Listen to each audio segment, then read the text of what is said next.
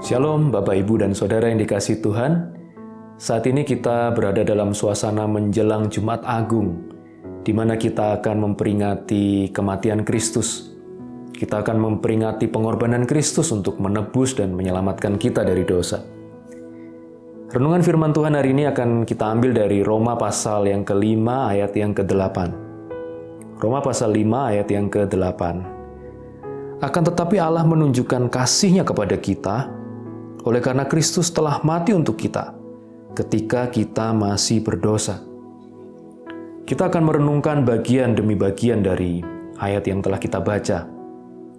Yang pertama, ayat ini mengatakan bahwa Kristus telah mati untuk kita. Kristus telah mati untuk kita. Kematian adalah akibat dari dosa. Sebelum manusia jatuh ke dalam dosa, maka kematian belum masuk di dalam kehidupan manusia. Tetapi saat di mana manusia berbuat dosa, saat di mana manusia jatuh ke dalam dosa, maka pada saat itulah manusia mengalami kematian. Di dalam Kejadian pasal 2 ayat 17, Tuhan berkata kepada Adam bahwa pada hari di mana kamu memakan buah dari pohon pengetahuan tentang yang baik dan yang jahat, atau dengan kata lain, pada hari di mana kamu melanggar firman Tuhan, atau pada hari di mana kamu jatuh ke dalam dosa, maka pada saat itulah kamu mati. Kematian yang dialami oleh manusia sebagai akibat dari dosa yang pertama adalah kematian secara rohani. Kematian secara rohani dialami oleh manusia ketika manusia terpisah dari Tuhan. Di dalam perumpamaan tentang anak yang hilang di dalam Lukas pasal 15, ketika anak itu sudah kembali ke rumah bapaknya, maka bapaknya berkata bahwa dulu anak ini sudah mati, tetapi saat ini anak ini hidup kembali. Kapan anak itu dikatakan mati? Bukan ketika dia mengalami kematian secara jasmani, karena anak ini belum mengalami kematian secara jasmani. Tetapi dikatakan bahwa anak ini telah mati adalah pada saat dia pergi dari rumah bapaknya, pada saat dia terpisah dari bapaknya. Itu adalah kematian secara rohani. Tapi ketika anak ini telah kembali ke rumah bapaknya, maka dikatakan bahwa dia telah hidup kembali. Sebelum manusia jatuh ke dalam dosa, maka manusia bisa berkomunikasi dengan Tuhan. Manusia memiliki relasi yang baik dengan Tuhan. Tetapi dosa mengakibatkan manusia terpisah dari Tuhan. Dosa mengakibatkan antara manusia dengan Tuhan terjadi sebuah jurang yang begitu lebar dan begitu dalam. Manusia tidak bisa lagi berkomunikasi dan berelasi dengan Tuhan. Dan itu adalah kematian rohani sebagai akibat dari dosa. Yang kedua adalah kematian jasmani. Memang pada saat Adam berbuat dosa, jatuh ke dalam dosa, dia tidak serta-merta mengalami kematian secara jasmani. Tetapi proses menuju kematian jasmani itu telah terjadi. Tubuh manusia semakin lama, semakin rentan, semakin lemah, mengalami penyakit dan sebagainya, dan kemudian ada satu titik, satu masa dalam kehidupan manusia di mana manusia akan mengalami kematian secara jasmani. Kematian jasmani pun adalah akibat dari dosa yang dilakukan oleh manusia. Dan yang ketiga adalah kematian kekal. Setelah manusia mengakhiri hidupnya di dunia ini dan mengalami kematian jasmani, maka telah menanti kematian yang lebih mengerikan, yaitu kematian yang kekal, sebagai upah, sebagai hukuman atas dosa yang dilakukan oleh manusia. Roma pasal 6 ayat 23 berkata bahwa upah dosa adalah maut atau kematian yang kekal. Sekarang, kenapa Kristus mati? Bukankah Kristus tidak berdosa? Dia adalah Allah yang menjadi manusia, tetapi dalam keadaannya sebagai manusia, dia tidak berdosa. Jawabannya jelas di dalam teks yang sudah kita baca tadi, yaitu bahwa Kristus telah mati untuk kita. Kristus mati karena dia menggantikan hukuman kita. Kristus mati karena dia menggantikan apa yang seharusnya kita tanggung. Kristus mati supaya kita dibenarkan. 2 Korintus pasal 5 ayat 21. Dia yang tidak mengenal dosa telah dibuatnya menjadi dosa karena kita, supaya dalam dia kita dibenarkan oleh Allah. Kristus mati karena pelanggaran kita. Dia mati karena kejahatan kita. Dia mati karena dosa kita. Dia menggantikan hukuman kita, supaya kita dibenarkan, supaya kita tidak lagi mengalami kematian yang kekal, Dan sebagai gantinya kita memiliki kehidupan yang kekal oleh karena penebusan yang telah dilakukan oleh Kristus lewat kematiannya di kayu salib. Yang kedua adalah kapan Kristus mati bagi kita. Dari teks yang kita baca dalam Roma pasal 5 ayat yang ke-8 dikatakan bahwa Kristus mati untuk kita ketika kita masih berdosa. Tidak ada seorang manusia pun yang tidak berdosa. Kita semua berdosa di hadapan Tuhan. Yang pertama-tama kita mewarisi dosa itu dari nenek moyang kita, dari Adam. Roma pasal 5 ayat yang ke-12 berkata bahwa oleh karena satu orang, yaitu karena Adam, maka dosa masuk ke dalam dunia. Dan oleh dosa itu maka maut menjalar kepada semua orang. Kita semua mempunyai status sebagai orang berdosa, karena kita adalah keturunan Adam yang berdosa. Kita tidak bisa menghindar dari status itu, kita semua orang berdosa. Di samping dosa yang kita warisi, status dosa yang kita warisi dari Adam, kita sendiri pun berbuat dosa secara pribadi. Berapa banyak dari kita yang dalam perjalanan hidup kita seringkali kita melukai orang lain, menyakiti orang lain, memikirkan hal-hal yang buruk, mendukacitakan Tuhan, melakukan hal-hal yang melanggar firman Tuhan. Roma pasal 3 ayat 10 berkata bahwa tidak ada yang benar, seorang pun tidak. Tidak ada seorang manusia pun yang terbebas dari dosa. Kita semua melakukan dosa dalam kehidupan kita.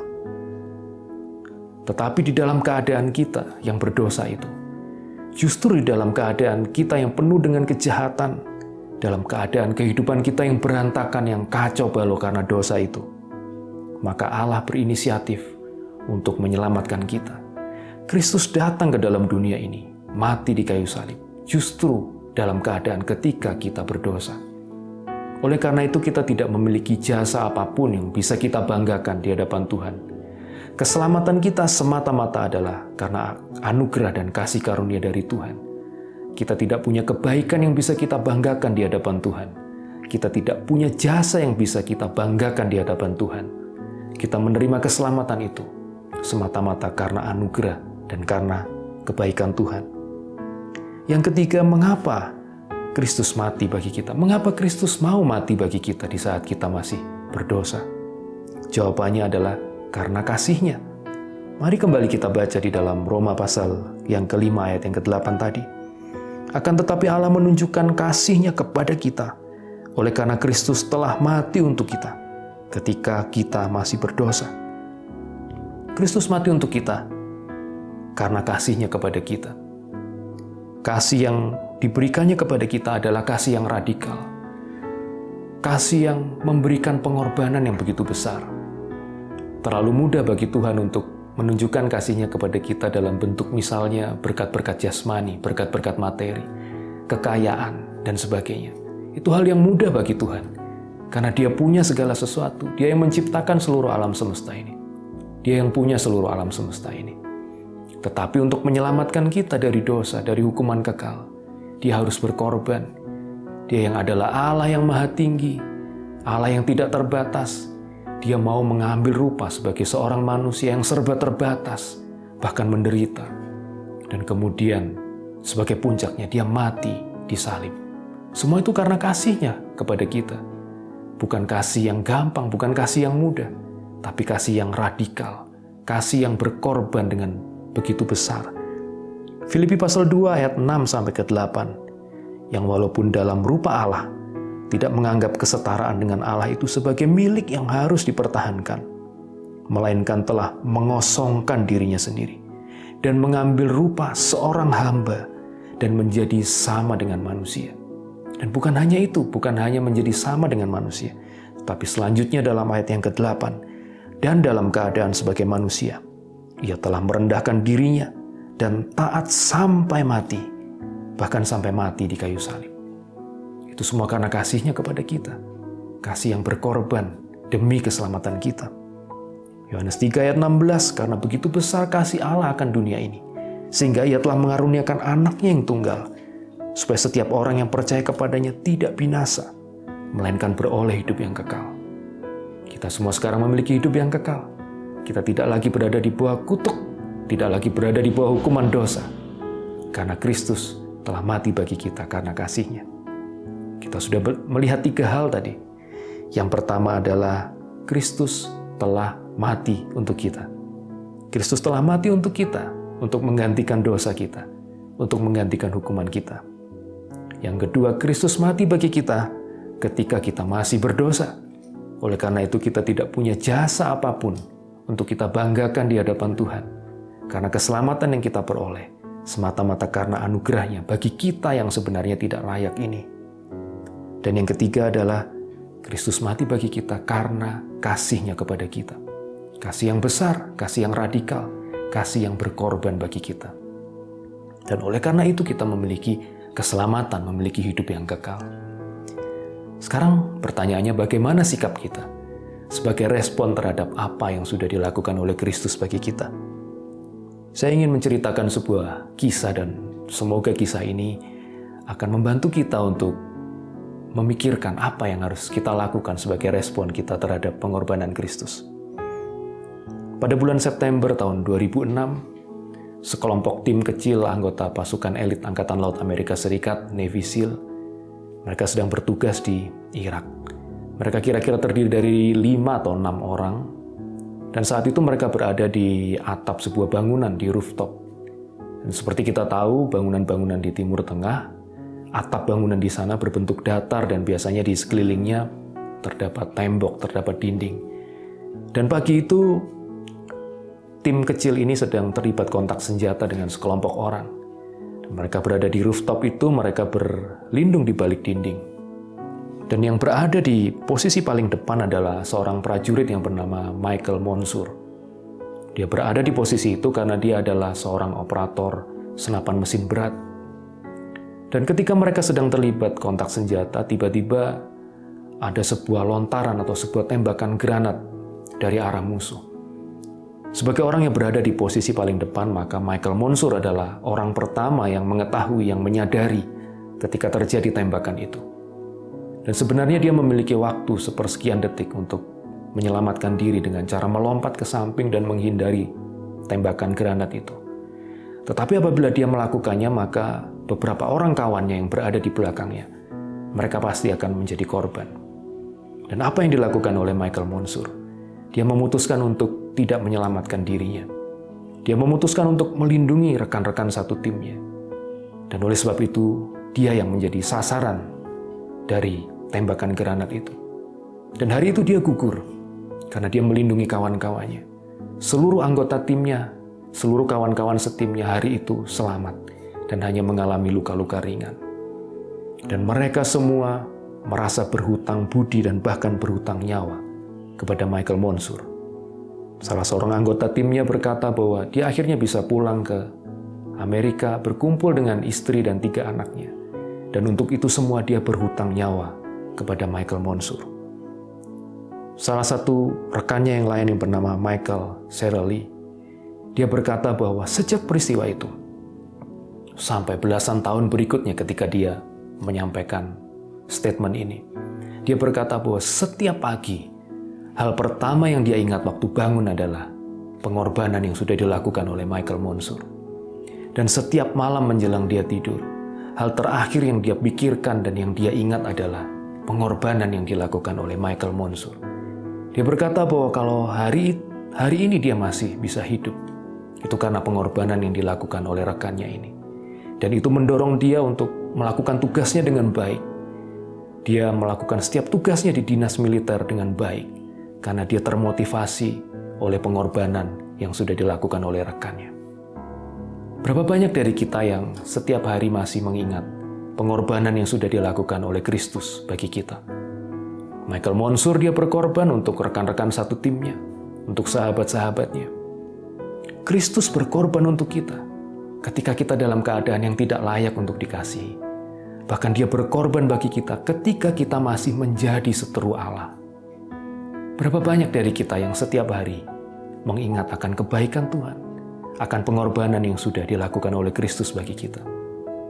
Setiap hari ketika kita bangun tidur untuk pertama kali, apa yang ada di pikiran kita? Apa yang kita ingat?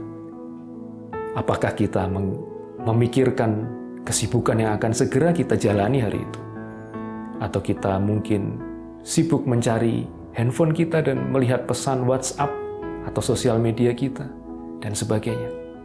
Ataukah hal pertama yang kita ingat dan kita pikirkan setiap hari adalah kita bersyukur kepada Tuhan bahwa kita memiliki kehidupan yang berarti, kita memiliki kehidupan yang penuh harapan, kita memiliki kehidupan kekal, jaminan keselamatan karena pengorbanan Kristus. Seharusnya kasih Tuhan dan pengorbanan Kristus itu membuat kita setiap hari tersungkur di hadapannya, mengucap syukur dan berterima kasih, karena kita telah menerima kehidupan dan dibebaskan dari hukuman. Dan seharusnya pengorbanan Kristus itu membuat kita tidak lagi hidup untuk diri kita sendiri, tetapi hidup bagi Dia. Berapa banyak di antara kita yang masih hidup di dalam ambisi-ambisi kita sendiri? Berapa banyak dari kita yang masih hidup untuk kepentingan kita sendiri? Bahkan mungkin kita masih belum rela meninggalkan dosa dan kebiasaan lama kita. Mari kita menyadari bahwa Kristus telah menebus hidup kita. Dan sebagai ungkapan syukur kita, mari kita hidup bagi Dia. Dan bukan lagi hidup untuk diri sendiri, apalagi hidup untuk keinginan daging kita. Untuk menutup renungan kita kali ini, saya ingin mengajak kita semua untuk membaca di dalam Galatia pasal kedua ayat yang ke-20. Galatia 2 ayat yang ke-20. Namun aku hidup, tetapi bukan lagi aku sendiri yang hidup, melainkan Kristus yang hidup di dalam aku. Dan hidupku yang kuhidupi sekarang di dalam daging adalah hidup oleh iman dalam Anak Allah yang telah mengasihi aku dan menyerahkan dirinya untuk aku. Mari kita tidak lagi hidup untuk diri sendiri. Mari sekarang kita hidup bagi Kristus yang telah menebus dan menyelamatkan kita. Tuhan memberkati kita semua.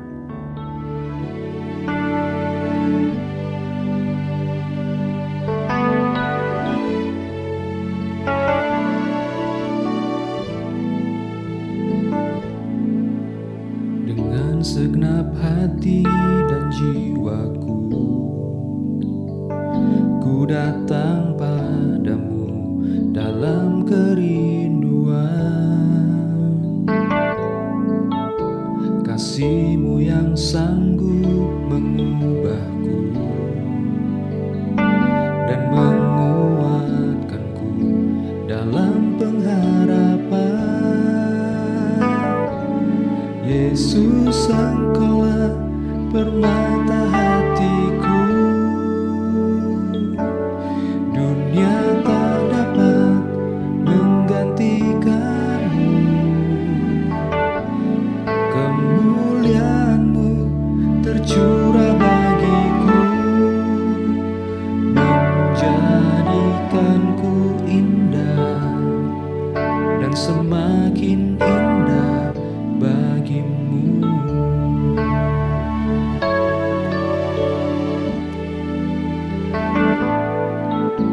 Dengan segenap hati dan jiwaku, ku datang padamu dalam kerinduan. Kasih-Mu yang sanggup mengubahku dan menguatkanku dalam pengharapan. Yesus, Engkaulah permata hatiku. Dunia tak dapat menggantikan-Mu. Kemuliaan-Mu tercurah bagiku, menjadikanku indah dan semakin indah bagi-Mu. Yesus, Engkaulah permata hatiku. Dunia tak dapat menggantikan-Mu. Kemuliaan-Mu tercurah bagiku, menjadikanku indah dan semakin